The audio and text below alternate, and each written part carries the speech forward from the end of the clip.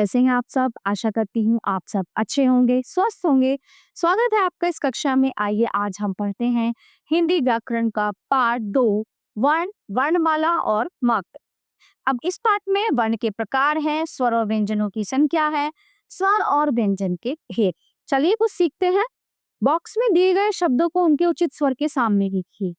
जैसे आरी, आदर। ए, एक, एकता। ऋषभ,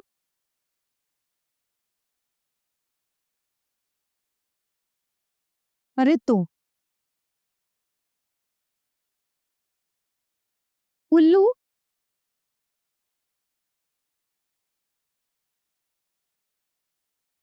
49। ठीक है, चलिए अब शुरू करते हैं पाठ। जब हम किसी से बातचीत करते हैं तो हमारे मुख से आवाजें निकलती हैं, है ना, या ध्वनियां निकलती हैं। ये ध्वनियां ही वर्ण कहलाती हैं, जैसे रानी, सूरज आदि। देखिए, र आ न ई रानी, सा उ र अ ज अ सूरज। रानी शब्द में 4 ध्वनियां और सूरज शब्द में 6 ध्वनि। ठीक है, इन ध्वनियों के और टुकड़े नहीं किए जा सकते। ये भाषा की सबसे छोटी इकाई है। भाषा की सबसे छोटी इकाई या ध्वनि को वर्ण कहा जाता है। इसके टुकड़े नहीं किए जा सकते। चलिए आगे पढ़ते हैं। वर्ण के प्रकार। वर्ण 2 प्रकार के होते हैं, स्वर और व्यंजन, है ना। आपको जो है पहली कक्षा में, दूसरी कक्षा में भी ये सब पढ़ाया गया है। स्वर स्वरों का उच्चारण स्वतंत्र रूप से किया जाता है। हिंदी में 11 स्वर होते हैं। अ आ इ ई उ ऊ रे ए ऐ औ। ठीक है, इनके अलावा भी कुछ और वर्ण होते हैं, जैसे अंग, इसे अनुस्वार कहते हैं। इसका उच्चारण नाक से होता है। इसका चिन्ह ऐसा होता है जैसे चंदा, बंद, मंद, बंदर, शंकर, शंख, अंदर आदि। आहा, इसे विसर्ग कहते हैं। इसका उच्चारण है की तरह होता है। इसके चिन्ह 2 बिंदियां होती हैं, जैसे अतः, प्रातः, नमः, प्राय आदि। हम इसे अनुनासिक कहते हैं। इसका उच्चारण नाक और गले से होता है। इसका चिन्ह चंद्र बिंदु होता है। ठीक है, जैसे चांद, 5, सांप, कांच, आदि। अब विशेष क्या है, चलिए देखते हैं। ड और ढ अन्य हिंदी भाषा में व्यंजन के रूप में अपनाया गया है। ड और ढ वर्णों के नीचे बिंदी लगाकर ये ध्वनियां बन जाती हैं, जैसे घोड़ा, चढ़ाई, पढ़ाई। अगर इनके नीचे बिंदियां नहीं होंगी तो ये ड का साउंड करेंगे, है ना।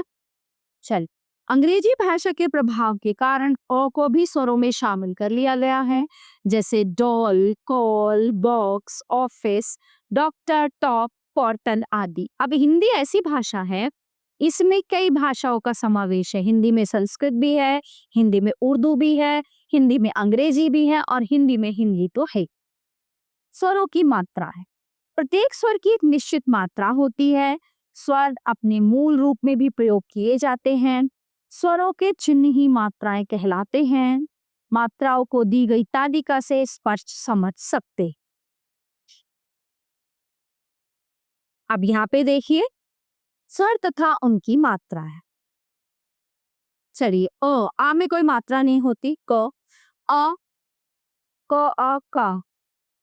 ई, की, बड़ी ई, की, छोटा ऊ, बड़ा ऊ, रे, क्र, ए, के, आई, कई, ओ, को, औ, क, है ना।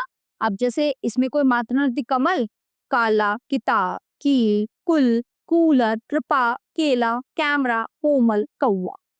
ठीक है, अब आगे देखते हैं। स्वर जब शब्दों के प्रारंभ में आते हैं तब इनका प्रयोग मात्राओं के रूप में न करके इनके मूल रूप में किया जाता है। चलिए देखते हैं। अ, अनानास, अमन। आ, आम, आटा। ई, इडली, इमारत। ई, ईख, ईट। उ उल्लू उजाला, ऊ ऊपर ऊन, रे ऋषि ऋषभ, ए एडी एक, आई ऐनक ऐसा, ओ ओखली ओस, औ औरत औषधि। ठीक है, चलिए आगे बढ़ते हैं। विशेष, अ स्वर की मात्रा नहीं होती, ऊ और ऊ की मात्राएं र के नीचे नहीं बल्कि उसके पेट में लगती हैं, जैसे राउ रुचि, है ना, राउ रूपा। फिर आता है व्यंजन। व्यंजनों का उच्चारण स्वरों की सहायता से ही किया जाता है। मैं आपको समझा दूं, स्वर जो होते हैं अ ई वो स्वतंत्र होते हैं, उन्हें किसी की जरूरत नहीं होती है। जो व्यंजन होते हैं उन्हें स्वर की सहायता की जरूरत होती है, वो बिना स्वर की सहायता के नहीं बोले जाते। ठीक है, हिंदी में 33 व्यंजन होते हैं। क ख ग घ ङ च छ ज झ ञ ट ठ ड ढ ण ता थ द ध न प फ ब भ म य र ल व श श स ह क्ष त्र ज्ञ और श्र, और दो ये एक्स्ट्रा है अन्य हो, ड और ढा। ठीक है, अब बात करते हैं संयुक्त व्यंजन। चल, संयुक्त व्यंजन हिंदी में क्ष त्र ज्ञ श्र संयुक्त व्यंजन माने जाते हैं। संयुक्त व्यंजन दो व्यंजनों के योग से बनते हैं, जैसे क क्ष क्ष, कक्षा रक्ष। ठीक है, ज य ज्ञ यज्ञ ज्ञा, तारा त्र मित्र पत्र, श र श्र श्रम आश्रम श्रमिक, है ना, परिश्रम। ये विशेष अरहित व्यंजन इस प्रकार लिखे जाते हैं जिन व्यंजनों में, जैसे ये स्वर स्वर होता है ना, स्वर व्यंजन स्वर के बिना नहीं बोले जाते, तो सब में अ जरूर लगेगा। अगर हम नहीं लिखेंगे तो इसके नीचे ना, अगर स्वर उसमें नहीं लगेगा व्यंजन में, तो उसके नीचे हलंत लगता है। ऐसे देखिए, मैं आपको बताती हूँ। जैसे क, ये आधा क है, जब हम इसमें स्वर लगा देंगे अ, तब ये पूरा क बन जाएगा। इसका मतलब अब ये आधा है, पूरा नहीं है। इसमें जब अ स्वर आ जाएगा तो ये पूरा बन जाएगा क। ठीक है, आगे चलते हैं। हलंत कहलाती है। डा और ढा वर्णों के नीचे बिंदु लगाकर डा और ढा ध्वनियां बनती हैं, इन्हें भी व्यंजन के रूप में अपनाया गया।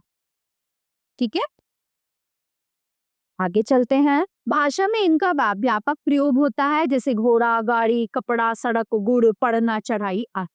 अंग्रेजी भाषा के प्रभाव से आए अ स्वर की तरह की ज और फ व्यंजनों को भी अरबी फारसी के प्रभाव में अपना लिया गया है, क्योंकि इन व्यंजनों के प्रयोग से शब्दों के अर्थ में बदलाव हो जाता है, जैसे जमीन, बाजार, दफ्तर, फीता, अफसोस। ठीक है, अब बात करते हैं वर्णमाला की। हर भाषा की अपनी एक वर्णमाला होती है। हिंदी भाषा की वर्णमाला स्वर और व्यंजन के मिलने से बनती है। हिंदी भाषा में 52 वर्ण होते हैं, 52 मतलब 52। इस प्रकार हम कह सकते हैं कि वर्णों का व्यवस्थित रूप ही वर्णमाला कहलाता है। अब इस पाठ से हमने क्या क्या सीखा, आइए समझते हैं। मुंह से बोली जाने वाली सबसे छोटी ध्वनि वर्ण कहलाती है। ध्वनियों के टुकड़े नहीं हो सकते। वर्ण दो प्रकार के होते हैं, स्वर और व्यंजन। व्यंजनों के साथ लगने वाले स्वरों के विशेष चिन्हों को मात्रा कहते हैं। स्वरों और व्यंजनों के मेल से वर्णमाला बनती है।